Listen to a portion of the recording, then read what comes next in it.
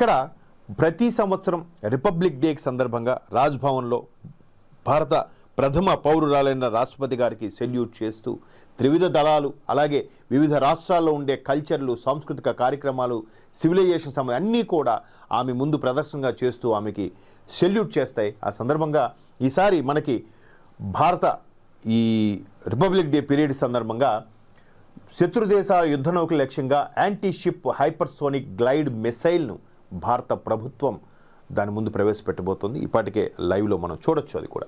అయితే దీని యొక్క ప్రత్యేకత ఏమిటి? గణతంత్ర వేడుకలు తొలిసార్లు ప్రదర్శించారు, ఆల్రెడీ టెస్ట్ చేశారు. సుమారుగా 1500 కిలోమీటర్లు ఎంతో డిస్టెన్స్ కూడా ఛేదించగలదు. తద్వారా 6000 కిలోమీటర్ల వేగంతో వెళ్తుంది.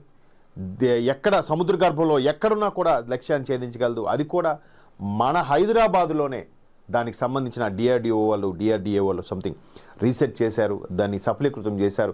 మరో సంవత్సరంన్నరలో భారత అమ్ముల పొదిలో ఈ anti ship hypersonic glide missile కూడా చేరబోతోంది. ఇది ఒక విధంగా ఆపరేషన్ సింధూర్తో మనం ఎలాగైతే ప్రపంచ దేశాలకి ఇదిరా మన సత్తాను చూపించామో, ఇక్కడ మరొక్కసారి ఈ గ్లైడ్ మిసైల్ ద్వారా మన సత్తా చాటబోతున్నాం. దాని విశిష్టత ఒక్కసారి క్లుప్తంగా చెప్తాను.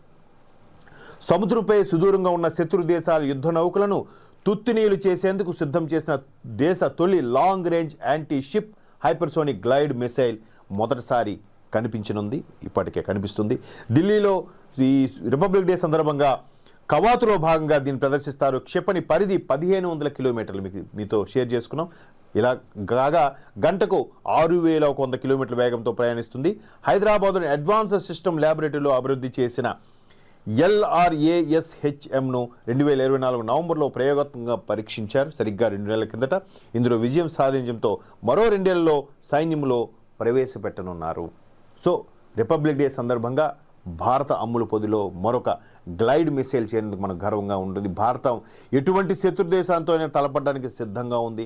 అలాగే ప్రపంచంలోనే అత్యధిక సైన్యం ఉన్న దేశంలో 2వ స్థానంలో భారతదేశం ఉంది. మొదటిది నాకు తెలిసి రష్యా ఏదో ఉంది. 2వ స్థానంలో అత్యధిక సైన్యంలో భారత పౌరులు ఉన్న దేశం భారత రెండో ప్లేస్.